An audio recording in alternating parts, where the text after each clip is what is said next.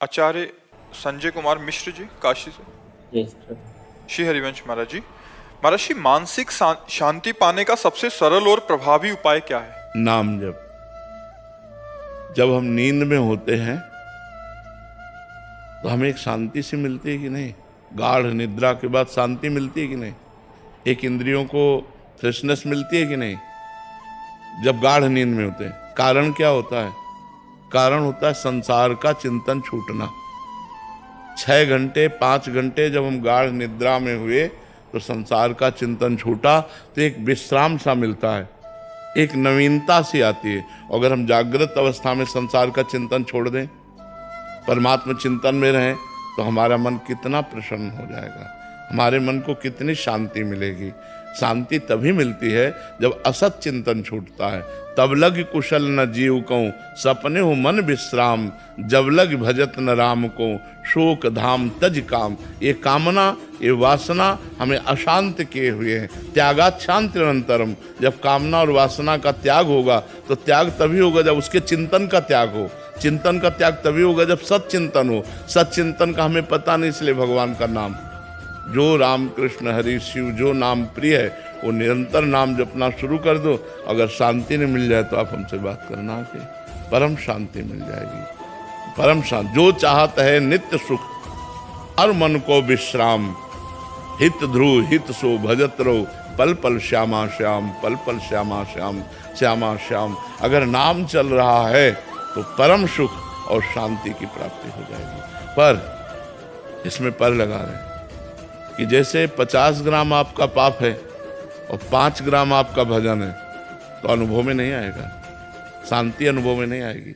अनुभव तब होगा जब 50 ग्राम के ऊपर भजन चलेगा, तब आपको अनुभव में आएगा। इसीलिए हमको प्रारंभ में अनुभव ना होने पर हो सकता उल्टा अनुभव हो, तो भी आप करते रहिए, जिससे आपके पापों का नाश होते ही आपके हृदय में ज्ञान का प्रकाश हो जाएगा, आनंद शांति सब कुछ प्राप्त हो जाएगी। पर भजन बिना कुछ नहीं। जितना भजन करोगे, शास्त्रों का ज्ञान हो जाने से केवल काम नहीं चलेगा, भजन करना पड़ेगा, असत चिंतन त्यागना पड़ेगा, सत चिंतन में स्थित होना पड़ेगा, तभी शांति की प्राप्ति होगी। श्रद्धावान लभते ज्ञानम तत्परा संयतेन्द्रियः, ज्ञानम लब्ध्वा पराम शांति मचिरेणाधिगच्छति।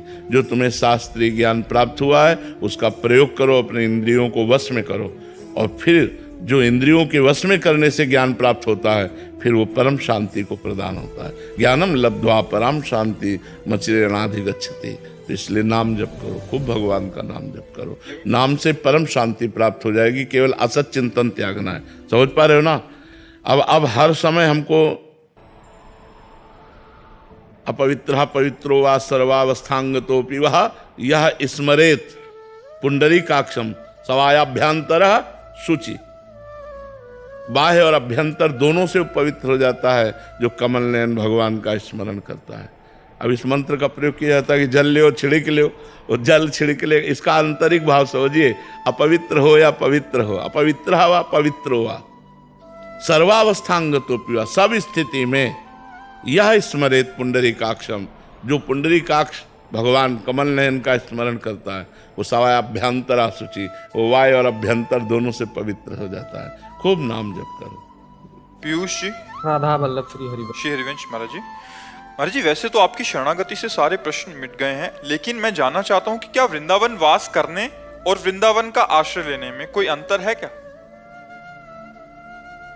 नहीं, आप लाखों कोस दूर हो, वृंदावन के आश्रित हो, वृंदावन को चिंतवन, यह दीप उर्बार, कोटि जन्म के अघ तमय काट करे उजियार। आप रोज मन से वृंदावन आ रहे हैं, बिहारी जी के दर्शन, राधा वल्लभ जी के दर्शन, रोज वृंदावन की परिक्रमा, यमुना जी, रोज संत दर्शन, ये वृंदावन वास का ही फल मिलेगा।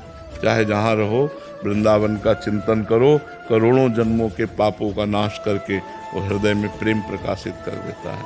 देखो भाई जी महाराज और राधा बाबा गीता वाटिका में रहे तो संपूर्ण वृंदावन का प्रेम तो उनको वहीं प्राप्त हुआ कि नहीं प्राप्त हुआ? तो अगर हम दूर देश में कहीं रह रहे हैं और वृंदावन का चिंतन कर रहे हैं, धाम के आश्रित हैं, तो वही लाभ प्राप्त होता है। वृंदावन का वास मिल जाए तब तो कहना ही क्या है। जब वास नहीं मिला तो वृंदावन का आश्रय और वृंदावन का चिंतन, वृंदावन की उपासना, ये वृंदावन को ही प्राप्त कराते हैं। देवाशीष जी, राधे राधे महाराज जी, आपके चरणों में कोटि कोटि प्रणाम। महाराज जी, परोपकार करते समय मन में ये विचार आता है कि इससे मुझे अच्छा फल मिलेगा तथा लौकिक और पारलौकिक उन्नति होगी, परंतु इस भावना के स्थान पर ये भाव कैसे लाएं कि इसके फलस्वरूप मुझे भोलेनाथ जी का प्रेम प्राप्त हो? नहीं, आपके पास जो कुछ वस्तु प्राप्त है वो भगवान की दी हुई है, आप ऐसा मानते हैं कि नहीं? ठीक है, आप जिसको दे रहे उसमें भगवान है कि नहीं? तो भगवान की वस्तु भगवान को दे रहे हैं, हम बेईमानी से बच गए। ईमानदारी, उनकी वस्तु उनको दे रहे। तदीयम वस्तु गोविंदम तुभ्यमेव समर्पये, आपकी चीज आपको समर्पित कर, इससे भगवान की प्राप्ति हो जाएगी। तो हमें चाहिए अपनी वस्तु मान के नहीं, जिसको दे रहे हैं उसमें भी भगवान, और जो हमें दिया है वो भी भगवान ने दिया, तो भगवान की दी हुई वस्तु भगवान को समर्पित। तदीयम वस्तु गोविंदम, आपकी वस्तु गोविंद आपको दे रहे हैं। तदीयम वस्तु गोविंदम तुभ्यमेव समर्पये, समझ रहे ना आप? अविनाश शाह जी, राधा वल्लभ श्री हरिवंश महाराज जी। महाराज जी, सत्संग और एकांतिक वार्तालाप के माध्यम से आपसे जुड़ा हूँ। महाराज जी, धीरे धीरे पहले तो मन था कि उन्नति प्राप्त करें, खूब पैसा कमाएं, बट और एक मल्टीनेशनल कंपनी में भी काम करता हूँ, बट आपसे जुड़ने के बाद अभी लक्ष्य थोड़ा सा ऐसा लगता है कि अरुचि सी होने लग गई है महाराज जी, और नाम का प्रयास चल रहा है महाराज जी, और एक डर सा हृदय में बैठ गया है कि कहीं इस अरुचि के कारण मतलब नौकरी ही ना छूट जाए महाराज जी। कैसे अध्यात्म और काम में बैलेंस बनाए महाराज जी? बन जाएगा वो, ये बल देगा, नाम बल देगा। देखो, आप जो भी अभ्यास करते हो, लेकिन अपने लोगों का अभ्यास तो हमको आना पड़ता है ना समाज में।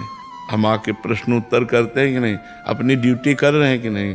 तो आपको अपनी ड्यूटी करनी है, हम अपनी ड्यूटी कर रहे हैं। अपनी अपनी ड्यूटी निर्वाह करते हुए भजन करो। ऐसा हमारी अंदर से पूछो तो हमारी रुचि थोड़ी कि मैं समाज में बैठूं जाके। हमारी तो रुचि है कि सुबह से एकांत में चिंतन करूं, लेकिन सुबह सुबह हमें भगवान ने ड्यूटी दी है, तो अपनी ड्यूटी कर रहे हैं ना। ऐसा नहीं कि हम अपना व्यापार छोड़ दें, अपनी ड्यूटी छोड़ दें, अपने काम छोड़ दें, नहीं, हम व्यापार करते हुए, ड्यूटी करते हुए भगवान का स्मरण करें, भगवान का भजन करें। मतलब आप सोचो, चक्रवर्ती सम्राट अम्बरीश जी महान भक्त थे कि नहीं? उनका चरित्र पढ़ो तो वो चक्रवर्ती राजा पद का निर्वाह करते हुए भगवान की भक्ति कर रहे हैं। हम लोग तो बहुत छोटे छोटे कार्यों को कर रहे हैं, वो तो पूरे राज्य का भार लेकर के भी भगवान का भजन कर रहे हैं। तो हमको भजन में रुचि बढ़ानी है, लेकिन अपने कार्य जो कर रहे हैं वो भी भगवान की सेवा मानकर करना है। कार्य छोड़ करके ऐसे बैठ जाना ठीक नहीं है। सबको, चाहे जितना बड़ा कोई संत हो, समाज सेवा करनी पड़ती है। भगवान ऐसे नहीं जाने देते यहाँ से, चलो करो समाज सेवा करो। तो वही समाज सेवा तुम भी कर रहे हो। अपनी अपनी जगह जो है वो समाज की सेवा कर रहे। एक किसान बहुत अन्न पैदा करता है, उसको भले बेचता है, लेकिन लाखों का पेट भरता है। आप जिस कंपनी में काम कर रहे हो, कुछ निर्माण हो रहा होगा, कुछ बन रहा होगा जो समाज सेवा में आता है। आपको चंद रुपए मिले, उससे परिवार का पोषण हो रहा है, शरीर का पोषण हो रहा है। उसी रुपए से आप दान पुण्य कर सकते हो, आप धर्म कर सकते हो। तो भजन करते हुए ये सब करना चाहिए, छोड़ना नहीं चाहिए। राजेंद्र जी, राधे राधे महाराज जी। महाराज जी, क्या त्रिदेव ही शक्तिमान है? क्या उनसे भी ऊपर कोई सर्वशक्ति एक ही है? सबसे खुली बात समझ लो, वह परमात्मा एक है। और उसे ब्रह्मा कहो, विष्णु कहो, महेश कहो, राम कहो, कृष्ण कहो, राधा कहो, दुर्गा कहो, शिव कहो, भैरव कहो, जो चाहो कहो, वो एक है। अब वो कोई कह दे कि उससे ऊपर वो, उससे ऊपर वो, उससे, हमें कोई परेशानी नहीं, क्योंकि हम एक मान रहे हैं। आप कह दो सबसे नीचे जो है वही श्रेष्ठ है, हम वो भी माने। आपको बीच वाला श्रेष्ठ है, वो भी मान रहे हैं। आपको ऊपर वाला श्रेष्ठ है, वो भी मान रहे हैं, क्योंकि एक है वो। इसकी कोई काट है?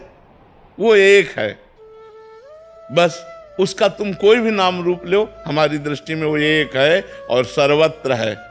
सर्वत्र है, कोई जगह ऐसी नहीं जहां ना हो, और सर्वरूप है। जितने रूप है सब उसी के है, वो एक है। कहीं भी लग जाओ, एक मान के लग जाओ, सब सवाल हल हो जाएगा। अलग अलग मानोगे तो फिर लड़ाई झगड़ा होने लगे। लड़ाई झगड़ा जो होता है ना भक्तों में, हमारे भगवान बड़े, तुम्हारे भगवान छोटे तो ये सब बेकार की बात है, ये सब बेकार की बात। प्रीति मित्तल जी। श्री हरिवंश। श्री हरिवंश महाराज जी। गुरुदेव भगवान, मेरा प्रश्न है कि प्रेम की सर्वोच्च या उत्तम स्थिति कौन सी होती है? भगवान सहज ही किस प्रकार के भक्त पर कृपा कर दर्शन देते हैं? पहला जो प्रश्न है कि सर्वोत्तम प्रेम की स्थिति, जब मैं का पूर्ण विस्मरण हो जाता है तब प्रेम की सर्वोच्च स्थिति होती है। और जब तू का पूर्ण विस्मरण हो जाता है, मैं की स्मृति में खो जाता है, तो ज्ञान की सर्वोच्च स्थिति होती है। मैं के सिवा कुछ नहीं। ब्रह्म नहीं, माया नहीं, नहीं जीव नहीं काल, अपनी हूँ सुधि ना रही, एक रहो नंदलाल। ये प्रेम की स्थिति। कान भय प्राण में, प्राण भय कान में, ही में न जान पर कान है कि प्राण है। ये प्रेम की स्थिति। मन कृष्णाकार, बुद्धि कृष्णाकार, चित्त कृष्णाकार, अहम कृष्ण दासत्व में लीन, मैं का पूर्ण विस्मरण, मैं कौन हूँ, क्या हूँ, कैसा हूँ, इसका विस्मरण। केवल अपने प्रियतम, प्रिय, प्रियतर, प्रीतम, सबसे प्यारे आत्मस्वरूप भगवान में स्वयं की स्मृति का लीन हो जाना, तन्मया, भगवान में तन्मय हो जाना। रात दिन उनके स्मरण में व्यतीत हो रहा है। ना मैं की स्मृति है, न भोगों की स्मृति है, न संसार की स्मृति है। समस्त चाहें जिसकी मिट गई हैं। न पारमेष्ठ्यम, न महेंद्रधिष्णम, न सार्वभौमम, न रसाधिपत्यम, न योग सिद्धिर, न पुनर्भवम वा। जिसे पारमेष्ठी पद ब्रह्मा का भी जो ब्रह्म पद है वो नहीं चाहिए, जिसे देवराजेंद्र का पद नहीं चाहिए, सार्वभौम सम्राट पद नहीं चाहिए, योग की सिद्धियां नहीं चाहिए, मोक्ष भी नहीं चाहिए, केवल प्रेम। अनिर्वचनीयम प्रेम स्वरूपम, प्रतिक्षण वर्धमानम प्रेम स्वरूपम, कामना रहितम प्रेम स्वरूपम, अनुभव स्वरूपम प्रेम स्वरूपम, सूक्ष्मतरम प्रेम स्वरूपम। पी मूर्ति नयनन बसय, तेहि रस रहाय समाय, ये लक्षण सुनि प्रेम के, और न कछु सुहाय, और न कछु सुहाय। फिरे अपने रस मातो, कुटुम देह ते जाय, छूट सब ही विधि नातो। जहाँ जहाँ पिय की बात सुने, खोजत तिन गैनन, हित ध्रुव छिन छिन ले, प्रेम जल भरी भरी नैनन। अपने प्यारे की स्मृति में लीन। ना काहूशो बोलिबो, ना कोई व्यवहार, अपनी कुंवरी किशोरी को जियत निहार निहार। बस अपने परम प्रीतम प्रभु में संपूर्ण अंतःकरण का लय हो जाना, किंचन मात्र कोई कामना न रह जाना। निरंतर भगवद स्मृति एक तार अखंड अव्यावृत भजनात् तैल धारावत। वैसे तो प्रेम अनिर्वचनीय है, पर ये बाहेली लक्षण प्रेम के कहे जाते हैं। और भगवान सबसे ज्यादा कृपा उस पर करते हैं जो अहंकार रहित होता है। किसी भी तरह के असाधन का तो स्पर्श भी नहीं है, पर साधन का भी अहंकार नहीं है। यही दरबार दीन को आदर, रीत सदा चली आई।